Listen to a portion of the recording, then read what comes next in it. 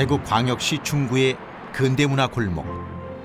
1900년부터 1930년까지 한국 근대사를 상징하는 유산들이 모여있는 이곳은 한 해 20만 명의 관광객들이 찾는 명소다.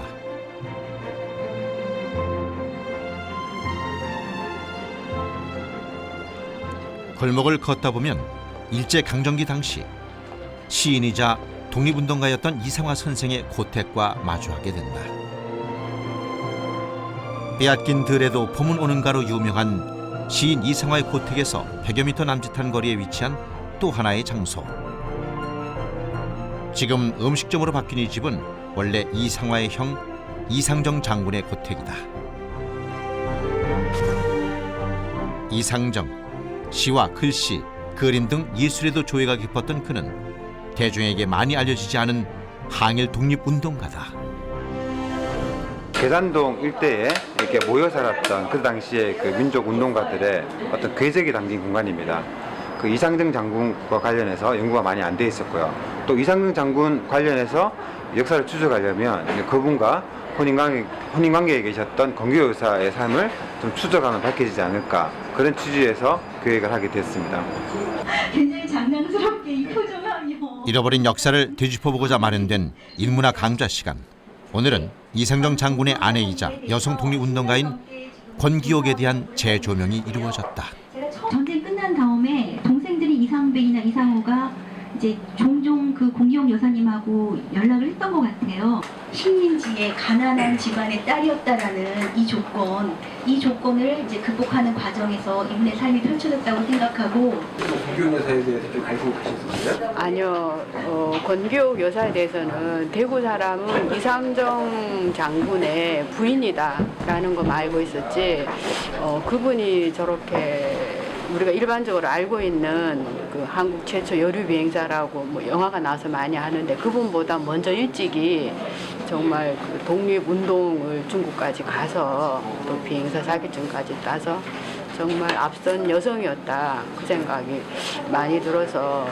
중국 상해로, 그리고 저 뭐 항주로, 베트남으로 해서 다시 또 뭐 내몽고까지 굉장한 그 광활한 대륙에 이렇게 그 뭐랄까 인간이 좀 우리 잊어버렸던 그런 뭐 독립운동도 중요하지만 한 인간으로서 그런 성취하고 이제 나가는 길이, 특히 여성으로서 그게 좀 호기심이자 아니면 굉장히 좀 우리한테 좀 와닿는 역사적인 또 어떤 그런 부분도 가미되어 있기 때문에 저로서는 좋은 시간이었던 것 같습니다. 일제 강점기. 가난한 집안의 둘째 딸로 태어나 대한민국 최초의 여성 비행사가 된 권기옥. 조국 독립의 날개로 비상했던 그녀의 삶을 되짚어본다.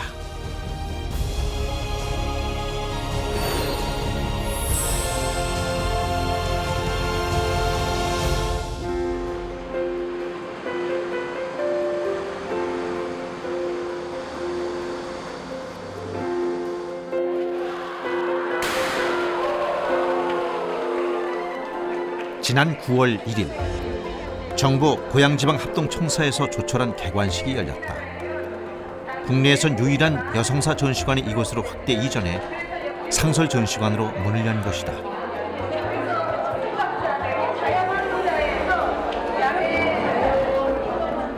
고대부터 현대까지 여성의 삶과 역사 발전에 기여한 여성들의 업적을 발굴해 상설 전시하게 될 이 전시관에서 가장 먼저 눈길을 끈 것은 바로 여권 통문이라는 일반인들에겐 다소 생소한 선언문이었다.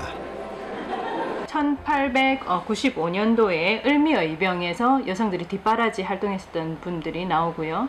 그다음 그 이후에 1907년도에 정미의병 시기에는 여성들의 어떤 그 활동 부분들이 좀 더 확연하게 드러나게 되는. 그래서 강원도 지역 같은 경우는 여성 의병단이 생긴다든지, 아니면은 전라도 지역 같은 경우는 의병전 강무경의 부인이었던 양방매 여사 같은 경우도 의병 활동을 직접 이제 뛰어다닌다든지 그런 식으로 했었는데요.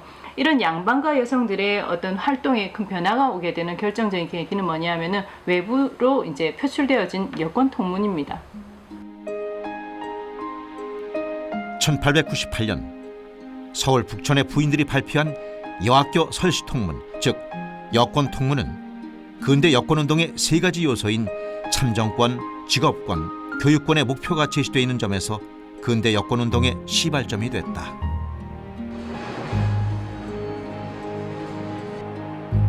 여성들을 위한 근대적인 교육기관의 증가 역시 여성들의 자의식을 고취시키고 그들이 사회에 진출하고 참여하는 데 원동력이 되는 계기를 제공했다. 거기서 이제 가르쳤던 게 무엇일까 생각을 하면 결국 여성도 사람이다 라는 거였을 것 같아요. 그리고 배워야 된다. 배워야지 무슨 일이 일어난다. 뭐 이런 식의 그런 것이었을 것 같고 그렇게 일정하게 한 1900년대부터 시작됐던 여성 교육이 그 어떤 성과로서 눈에 보이게 드러난 것은 1919년 3.1운동이었을 것 같아요. 우리 독립운동사에 있어 제대로 발굴되지 못했던 수많은 여성 독립운동가들. 권기옥 역시 그들 중 하나다. 우리는 대한민국 최초의 여류 비행사인 권기옥의 자취를 찾아보기로 했다.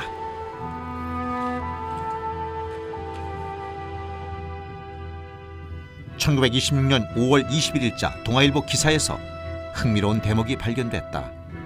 중국 하늘을 정복하는 조선의 용사 중 꽃과 같은 여류 용사라는 표현과 오직 한 사람뿐이라는 구절에서 권기옥의 이름이 등장한 것이다. 직접 항일 투쟁에 나서기 위해 남자도 힘든 비행사가 되기를 결심하고 뛰어들었다는 사실. 그래서 한국 여성 최초의 여류 비행사가 되었다는 것은 매우 특이한 경우입니다. 한국의 여성 독립운동사에서 권기옥을 높이 평가해야 하는 것은 바로 이런 연유 때문입니다. 권기옥 선생님의 그 가감하고 적극적인 항일 독립 정신과 독립운동의 활동은 수많은 여성 독립운동가들 중에서 매우 기감이 되는 사례 인물이 아닐 수 없습니다. 대한민국 최초의 여류 비행사이자 항일 독립투사였던 권기옥. 그녀는 어쩌다 중국 창공을 누비는 조선의 꽃과 같은 여류 용사가 되었던 것일까? 권기옥은 1901년 1월 11일 평안남도 평양 근교에서 일남 4녀 중 둘째 딸로 태어났다. 내가 아들이 아니어서 화가 난 아버지는 나를 갈리라고 불렀다. 얼른 죽으라는 뜻이었다. 노름으로 가산을 탕진한 아버지. 아픈 엄마 때문에 학교 문턱에도 못 가본 나는 대신 은당 공장에서 일을 해 가족들을 먹여 살려야 했다. 그분의 그 갈래라는 이름 속에 그분 그 운명의 첫 장면이 있는 것 같아요. 그러니까 그 부모님이 그 시대는 굉장히 일찍 결혼을 하셨고 그리고 첫 아이, 둘째 아이를 다 아주 어렸을 때 갓난아기 때 잃고 그리고 이제 딸을 하나 낳았어요. 큰 딸을 낳았는데 그 딸은 길게 살라고 이름을 길래라고 지었어요. 그리고 이제 두 번째는 당연히 아들을 받았을 텐데 또 딸이 나오니까 이번에는 갈래라고 지었어요. 빨리 가라고.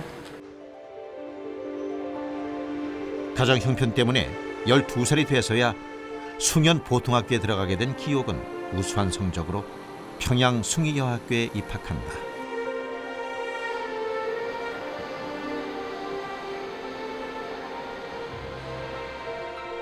(1903년) 미국 선교사에 의해 설립된 평양 숭의여학교는 일본의 신사 참배에 불복했던 이유로 1938년 폐교된 민족교육의 산실이었다. 권기옥 역시 숭의여학교에서 수학하며 항일 민족운동에 동참하게 된다.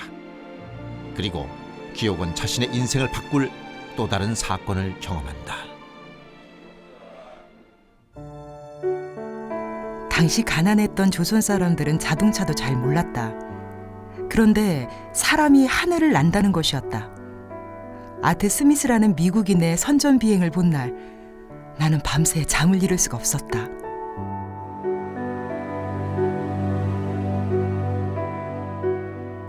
바로 그날 내게는 또 다른 꿈이 생겼다. 나는 하늘을 훨훨 날고 싶었다. 그냥 감탄만 하는 것이 아니라 나도 비행사가 되고 싶다. 비행기를 타고 싶다. 라고 생각을 했고, 그리고 이제 누구나 그런 생각은 잠깐 할 수 있는데 이 꿈을 가슴에 품고 아무튼 끝까지 그걸 실현하기 위해서 노력했다는 거, 결국은 꿈을 이뤘다는 거, 응? 그게 굉장히 그 소중한 가치가 있는 것 같아요. 이곳 숭이여고 박물관에는 송죽 결사대의 역사를 한눈에 볼 수 있는 자료들이 전시돼 있다. 권기옥 역시 재학 당시 송죽 결사대로 활동했다. 이기복 씨가 미국 가는데 1913년 숭이여학교에서 조직한 항일 민족운동 단체인 송죽 결사대. 졸업생, 교사, 재학생들로 구성된 이 조직은 비밀 유지에 각별한 신경을 썼다. 조직원들은 독립운동가의 가족을 돌보고 자금을 모아 독립운동을 지원하는 등 다양한 역할을 해왔는데 3.1운동 당시도 적극적인 활동을 했다. 송죽 결사대는 이렇게 구성되어 있습니다. 송 형제회하고 죽 형제회로 나눠져 있습니다. 송 형제회는 나이가 많은 핵심 멤버들로 구성이 되어져 있고요. 이 핵심 멤버들이 거의 이제 주도를 했습니다.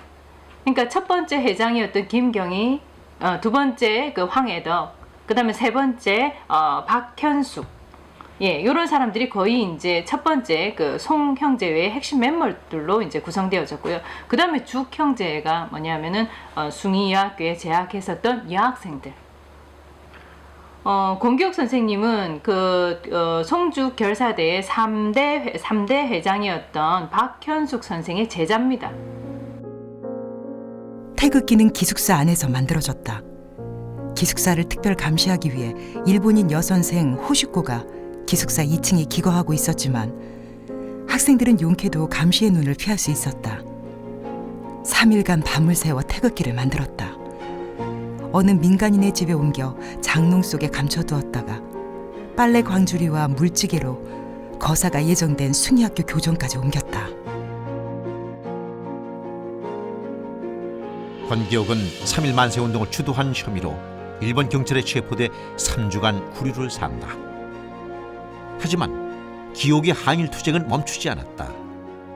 임시정부 공채를 판매해 군자금을 만들고 여성 전도대를 조직해 애국 계몽 운동을 계속해 나갔다. 평남도청 폭파 사건에까지 관여하게 된다.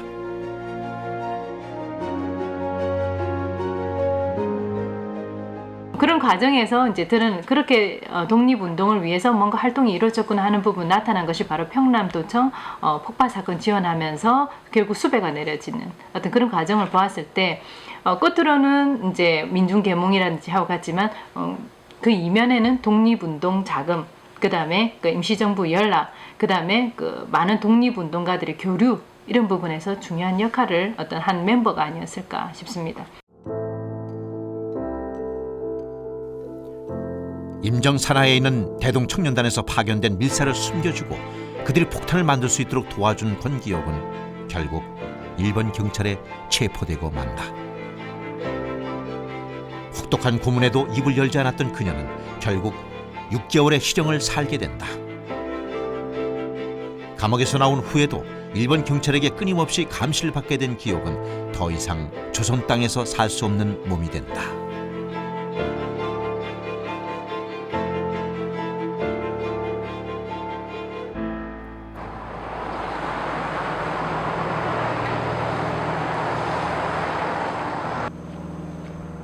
충북 청주시에 위치한 공군사관학교. 안녕하세요. 공기로 오셨습니다.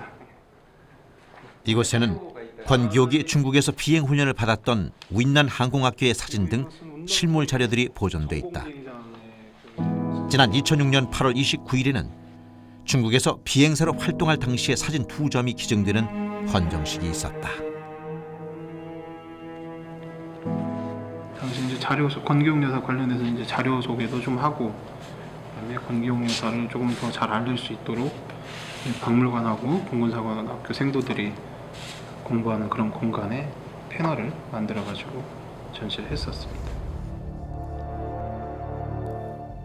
독립운동으로 옥고를 치르던 10대 소녀가 중국 군복 차림의 남장 비행사로 모습을 드러냈다.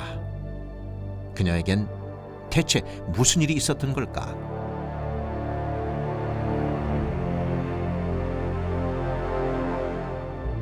일본 경찰의 감시를 받던 권기옥은 숭연보통학교 동창 최순덕을 포함 5명과 중국 망명을 결행한다. 엔진도 없는 목선을 타고 산둥 반도까지 가는 여정은 20여 일이나 걸릴 정도로 험난했다. 산둥 반도에 도착한 권기옥은 임시정부가 있는 상해로 향한다. 1920년 상하이의 대한민국 임시정부는 공군의 중요성을 깨닫고 중국 내 항공학교를 통해 비행사를 배출하기 시작한다. 때마침 중국은 순원의 항공구국 구호에 따라 항공학교를 설립하고 있었고 이미 4개의 항공학교가 운영되고 있었다. 하지만 여자인 기옥에게 항공학교 입학은 넘을 수 없는 벽과 같았다. 당시에 중국에는 항공학교가 4개가 있었어요. 하나는 이제 그 북경 남쪽에 그 보정항공학교가 있었고, 또 북경 근처에 남원항공학교가 있었고, 그 다음에 광동항공학교, 그리고 운남항공학교가 있었는데 다 이제 군벌들이 운영하는 학교였어요. 근데 그 보정항공학교하고 남원항공학교에서는 여자라고 해서 받아들일 수 없다 그래서 거절을 해요. 남은 곳이 이제 가장 멀리 있는 운남 항공학교였는데 그냥 서류를 넣어가지고는 분명히 떨어진다. 그래서 내가 가야겠다. 직접 가서 이제 부딪혀 보겠다 해가지고 운남을 가게 되는 거죠. 여자라고 해서 포기할 수는 없었다. 비행사는 오래전부터 간절하게 꿈꿔온 내 희망이었다. 내 손으로 비행기를 몰아 조국 독립을 이루는 것. 이것이야말로 내가 이곳에 온 이유였기 때문이다. 그 단계호 성장을 직접 찾아가가지고 이제 얘기를 하죠. 이 단계호 성장이 이렇게 머나먼 길을 만국의 하늘 품고 조국을 해방시키기 위해서 왔다는 게 너무 기특하다. 그래서 좋다. 중국말로 하오 그래요. 나 그 순간 완전히 날아갈 것 같은 기분이었다 그래요. 그래서 이제 그 항공학교 교장한테 추천서를 써줘요. 성장이 직접. 중국 남서쪽에 위치한 윈난성. 상하이를 출발한 기옥은 무려 한 달여의 대장정 끝에 미얀마, 라오스, 베트남과 국경을 맞대고 있는 머나먼 이곳에 도착한다. 그녀의 결심은 윈난성 성장 탕지야오까지 감동시켰지만 입학 여부는 여전히 불투명했다.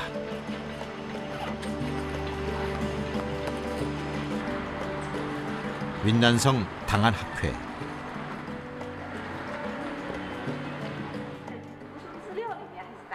우리나라의 정부문서 보관소에 해당하는 이곳에서 당시 윈난 항공학교 학생들과 관련된 기록들 중 권기옥의 흔적을 찾아보기로 했다. 하지만 오래되고 복잡한 자료들 속에서 이름만 가지고 권기옥의 존재를 찾기란 쉽지 않은 작업이었다. 내가 여기서 봤나 봐. 마침내 우리는 동학록에서 권기옥의 기록을 찾았다. 여기 있네요. 윈난 항공학교 학생들의 개인정보가 기록되어 있는 동학록.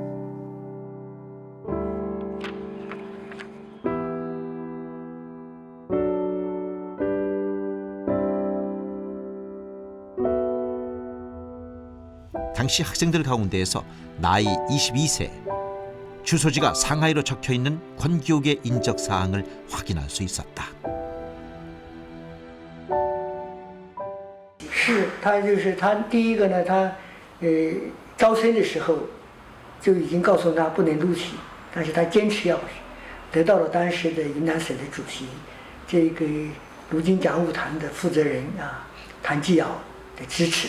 本来校长是不录取他的，所以他这种坚持不懈的精神，一定要学的精神，是一个。第二个呢，他在学习当中非常刻苦用功，非常聪明。第二个呢，再一个呢，他的身体他都很棒所以他能够坚持毕业，而且能够最后不仅成为了一个优秀的航空人，这个空军的这个飞行员，而且他还当了老师，培养了一些学生啊，非常了不起的一个人。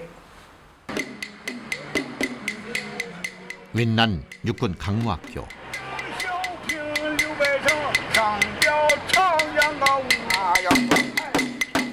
지금은 관광객들의 발길을 끄는 유럽풍의 건물들만 남아있지만 당시엔 동남아시아의 혁명가들을 비롯해 중국 전역에서 학생들의 발길이 이어졌었다.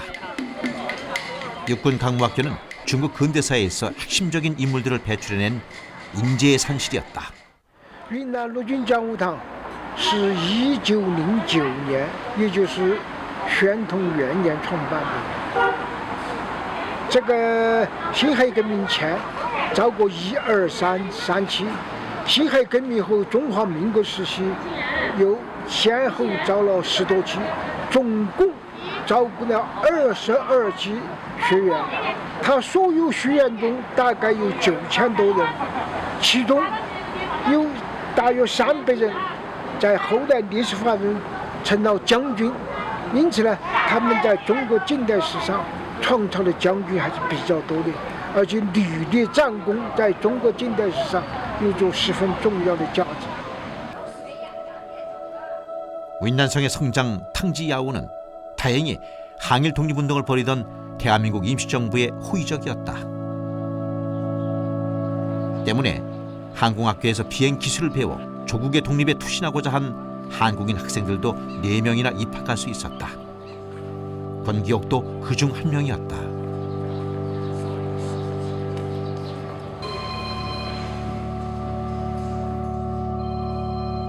윈난 육군 강무학교를 거쳐간 한국인 중 대표적인 인물로 김좌진 장군과 청산리 대첩을 승리로 이끌고 임시정부가 광복군을 창설하자 참모장으로 참가했던 이범석 장군을 비롯해 대한민국 공군 창설의 주역 중 한 명이었던 이영무 장군을 들 수 있다.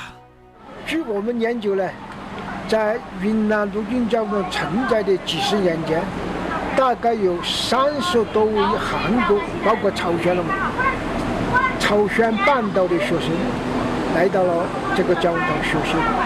这个讲武堂学最早是1917年，也就富国战争结束以后的第2年，那就是讲武堂第12期开始。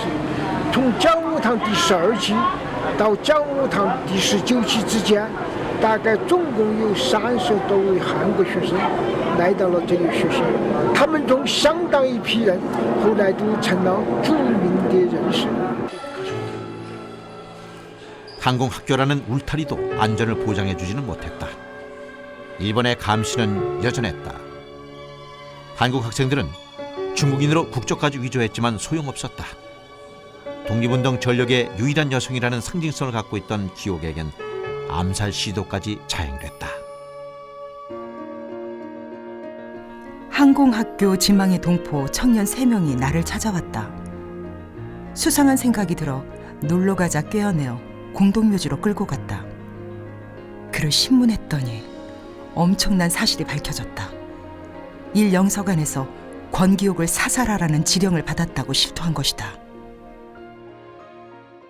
一方面是为了保护自己，这个在学习期间不要学生把看成外国人歧视他；另一方面，因为当时日本特务也在中国很活跃，对韩国的复国运动的积极分子要进行打击，他们也是预防日本人的憾害，因此他们都报名中国籍。有很多人呢，我们后来才查明他们是韩国籍。 육군 강무학교는 원칙적으로 여학생 입학이 허용되지 않는 학교였다. 여학생 기숙사도 없었을 뿐 아니라 여자라고 편의를 봐주는 일도 없었다. 기옥은 외모를 감추고 다른 학생들과 똑같이 남장을 했다. 군대를 방불케 할 정도로 훈련은 혹독했다. 기옥이 입학한 후 들어온 2명의 중국인 여학생들은 비행기 근처에 가보기도 전에 포기하고 말았다. 하지만 자신의 꿈에 한 발씩 더 다가간다는 생각에 기옥은 더욱 분발했다. 실기 중인 정비가 제일 힘들었다. 자기가 타는 비행기는 자기가 정비하도록 되어 있었다. 줄을 들고 쇠뭉치를 다듬는 일까지 배워야 했다. 1924년 한 해는 정말 눈코 뜰 새 없이 바쁜 한 해였다. 또한 어릴 적부터의 꿈을 성취한 한 해이기도 했다.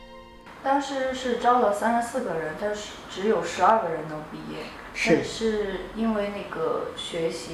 因为还有这个空军呢，它要求很严格，有的呢是学习不过，有的是主动的退出去，他不适应，也有的是因为胆小啊，怕出问题啊，这等等，所以他放弃，所以也有的是因为考试不合格被淘汰。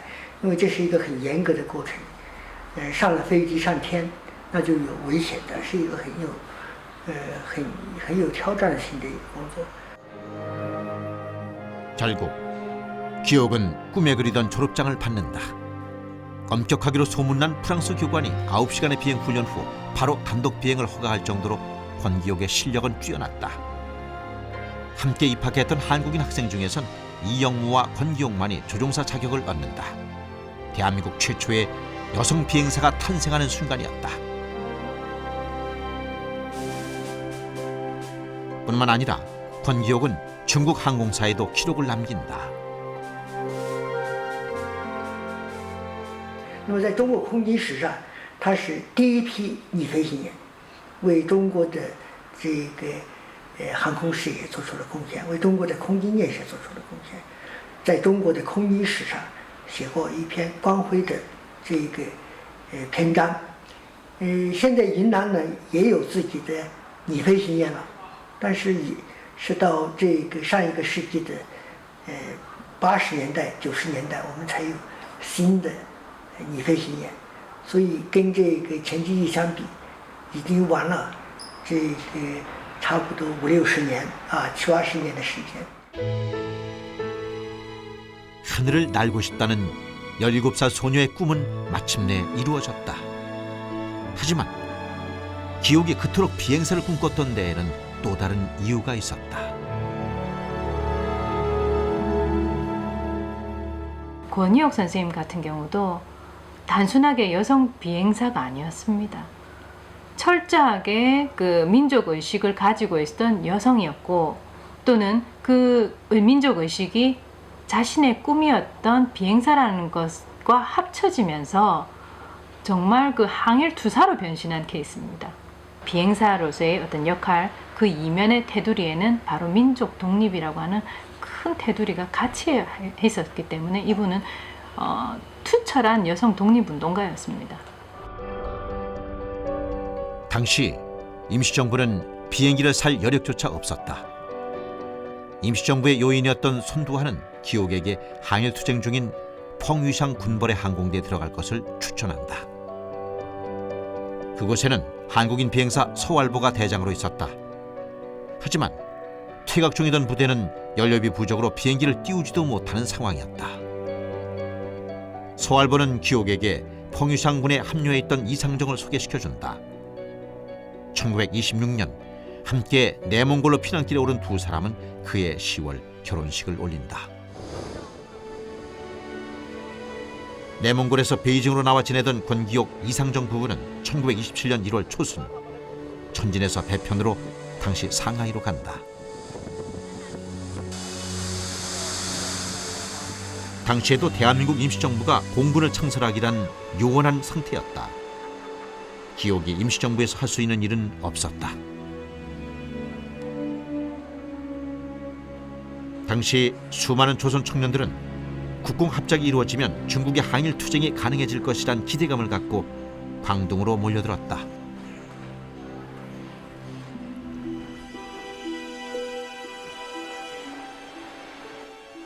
기옥은 역시 항일 투쟁을 위해 또 한 번 중국군 비행사의 길을 선택한다.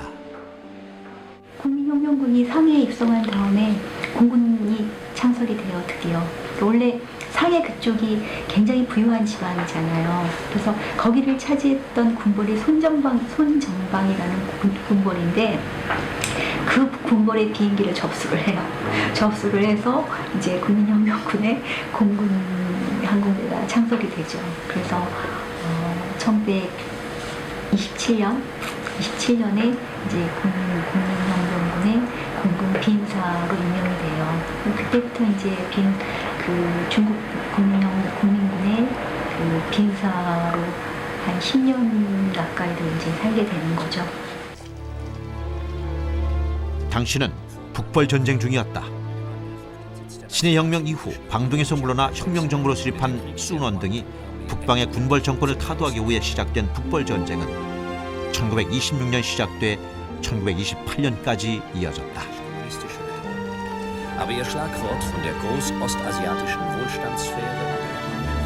1927년 장제스는 상하이에서 반공 쿠데타를 벌이며 대대적인 숙청을 벌인다.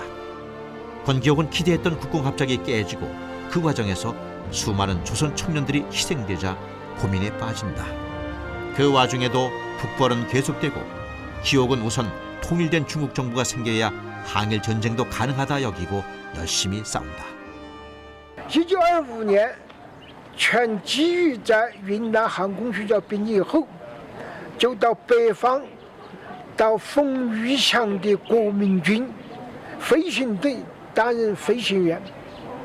1926年，蒋介石为总司令的北伐军从广州出发反对北洋军，而当时国民军也支持这个蒋介石的北伐，因此呢，全基于就成了以蒋介石为总司令的北伐军的这个飞行员，而且是北伐军的唯一那个女飞行员，在战斗中表现十分英勇。 1931년 일본은 만주 지역 점령을 시작으로 대륙 침략을 시작한다. 그리고 여세를 몰아 상하이까지 전쟁을 확산시키고 있었다. 당시 권기옥은 상하이에 주둔 중국 공군 부대에 소속돼 있었다. 일본군 부대를 배회하던 정찰기 한 대가 갑자기 사격을 시작했다. 기옥이었다. 일촉즉발의 상황. 기옥의 정찰기는 손상을 입고도 사격을 멈추지 않았다.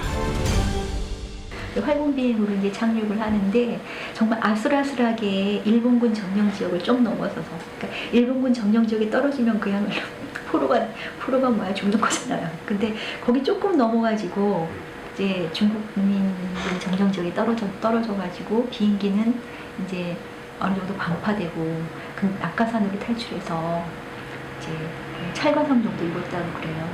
근데 이제 당시 비행기가 떨어지니까 어떻게 하냐면 이제 권기옥이 자기는 그냥 마차를 타고, 마차가 아니라 인력거를 탔는지 마차를 타고 공대로 갔고 어디에 비행기 떨어졌으니까 하니까 이제 그 뭐 밑에 사병들이 가가지고 비행기를 4개로 분해해서 손수레에 싣고 그렇게 해서 다시 항공대에 돌아왔다. 상하이 전쟁에서 활약한功노를 인정받아 권기옥은 무공훈장을 수여받는 동시에 중화민국의 명예공군으로 추대된다. 南京政府建立以后，就是北伐战争结束以后，全剧一直留在南京政府航空部门服务。1937年抗日战争开始以后，全剧又随着国民党的首都南京迁到重庆，又在重庆国民政府的航空组继续服务，而且在1940年授予空军中校勋衔。空军中校当时很不容易的，因为空军的中校比陆军的中校要困难得多。在1940年，他就得到了空军中校的职务，并且呢，经常开着飞机从重庆到前线这个巡视视察。 1935년 기옥은 장제스의 부인 숭메이링으로부터 선전 비행을 제안받는다. 노선은 상하이에서 베이징까지 날아가는 화북선과 화남선, 동남아시아를 경유해 일본까지 날아가는 남양선이었다.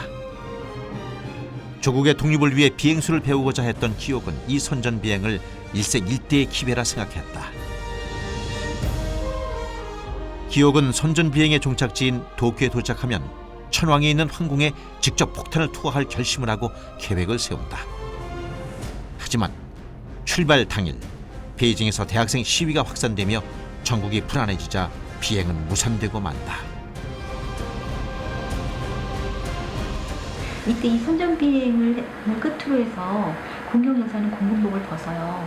그때가 1935년이고 나이는 34살인데 남자들 같은 경우는 한창 때죠. 남자 비행사들 같은 경우는. 그래서 이제 굉장히 격렬하게 저항을 항의를 하는데 이제 명분은 우리 중국 비행대에 꽂히고 그렇기 때문에 잘 이렇게 보호되어야 하고 또 독립운동가들도 참 독립운동을 위해서 목숨을 아껴야 되지 않냐. 왜냐하면 당시만 해도 전쟁 없는 상태에서도 비행기 타고 이렇게 나갔다가 죽는 경우 굉장히 많았어요. 그 후 권기옥은 대한민국 임시정부의 대내외적 활동에 몰두한다. 특히 항일 여성 단체인 대한애국부인회의 재건은 주목할 만한 성과였다. 기파 분열로 힘을 잃어버렸던 부인회는 기옥의 노력으로 통합된 후 활발한 활동을 벌였다. 1943년 임시정부는 조국 진공작전을 펼치기로 한다. 우리 비행사들이 연합군 비행기를 몰고 특수작전을 수행할 계획이었다. 기옥은 직접 조선 총독부를 폭격할 계획을 세운다.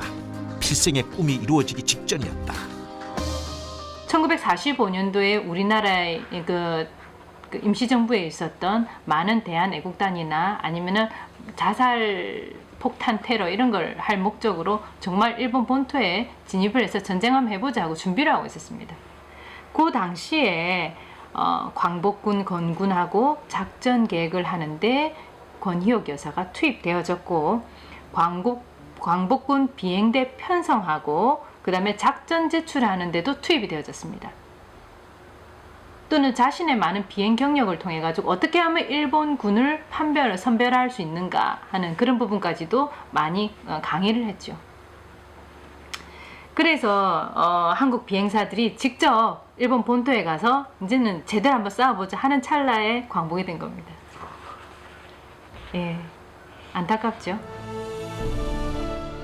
2년 동안 공들여 준비한 조국 진공작전이 실행되기 바로 직전 히로시마 원폭 투하로 일본이 항복을 선언함으로써 작전은 무산되고 만다. 조국 광복은 기쁜 일이었지만 걱정이 앞서는 상황이었다. 광복군이 연합군 일원으로 참전했더라면 얻을 수 있었던 성전국의 지위를 잃어버리고 만 것이었다. 보름의 시간만 더 있었더라면 갑작스러운 해방은 임시정부 요인들과 독립운동가들에게 허탈감을 가져왔다. 해방이 되고 나서 처음 하루 이틀 기쁘다가 그 다음에 굉장히 좀 허탈감 같은 거, 그리고 하나도 준비가 안 돼, 해방을 맞을 준비가 사실 안 돼 있는 상황에서 좀 뭘 해야 될지 모르는 이런 상황이 있었는데 상해에서 연락이 와요. 그래가지고 상해 교포들이 굉장히 그 어려움에 처해 있다. 중국인들과의 관계에서 이제 그 상해 교민들을 이제 그 후원하고 지원하고 또 이제 고국으로 돌아가는 것들을 지원하는 그런 뭐 상해 주화 대표단 그 일을 핵심적으로 했던 것 같아요. 중국 사람이요? 일본 패전 후 상하이에서는 중국인들의 한국인 박해가 비일비재했다. 이상정과 권기옥 부부는 현지에 남아 동포들의 무사 귀환을 돕는다. 그러던 중 1947년 이상정이 뇌혈로 사망하고 2년 뒤 기옥은 홀로 쓸쓸히 귀국한다.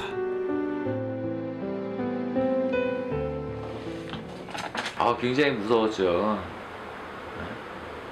이제 그게 그럴 수밖에 없는 게 1901년 1월 11일이에요.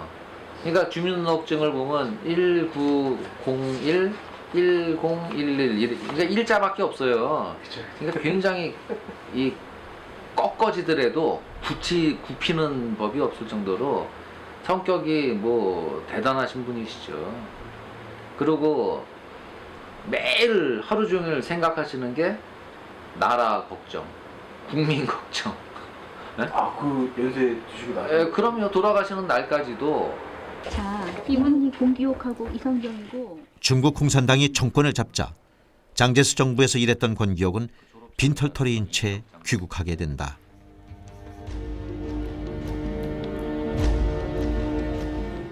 기옥은 남편 이상정의 절친했던 친구인 신익희 선생의 추천으로 국회 국방위원회 전문위원에 임명된다. 또 최영덕, 이영호 등과 함께 공군 창설에도 힘을 쏟는다. 한국전쟁이 발발한 후에도 기옥은 국회 국방위원회 전문위원으로서 거제도 포로 수용소를 방문하고 전방 군부대를 다니며 군인들을 격려하곤 했다. 인터뷰한 거를 보면은 역사의 기록이라는 게 얼마나 중요한지에 대한 강조를 계속 하세요. 그래서 역사를 잃어버린 민족은 미래도 없다라는 얘기도 하시고, 그래서 역사의 기록을 생각을 하시면서 영감 사업을 처음 하시는 거예요. 근데 그게 이제 한국 영감이 그 이후에 동아 영감도 있고 하지만 아마 한국 영감이 처음이었을 거예요. 대통령 선거 유세 중 들려온 신익희 선생의 갑작스러운 사망 소식은 권기옥에게도 큰 충격이었다. 그를 계기로 기옥은 정치에 대한 꿈을 접고 출판업에 뛰어든다. 중국에서 얻은 경험으로 역사의 기록에 대한 중요성을 일찌감치 깨달았던 권기옥. 우리나라 최초의 여성 출판인으로 권기옥은 무려 16년 동안 한국연감 사업을 이끌어간다. 독립운동 19세 때부터 시작해가지고 주주장창 독립운동 하시고, 해방 이후에 또 상해 북경에 있는 동포들도 고국으로 귀향 잘할 수 있도록 도와드리고, 들어와서 또 6.25 전쟁 터지니까 지천정 장군하고 국방위원회에서 또 전문위원으로 활동하시고, 그리고 이제 6.25 전쟁 끝나고 나서 또 한국 영감, 이거 국가에서 돈이 없으니까 그래도 한 나라에 연감이 오늘 무슨 일이 있었는지 이거 기록을 하는 책은 만들어야 될 거 아니냐. 그래가지고 또 사비 다 털어가지고, 그 당시 출판이 인쇄 기계가 없었잖아요. 그래가지고 공군사관학교에 가가지고 이것 좀 인쇄 좀 해달라. 그러고 난 다음에 이제 재산 다 모아가지고 장학금, 학생들 장학금 주고, 그 장학금이 여지까지 유지를 하고 있는 거예요.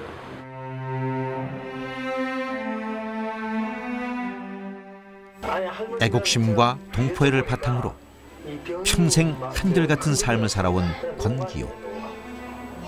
노환으로 병상에 누워서도 그녀의 온 신경은 그저 나라를 걱정하는 마음에 닿아 있었다. 1988년 이 땅에서의 생을 마감한 권기옥은 국립묘지 애국지사묘에 안전됐다.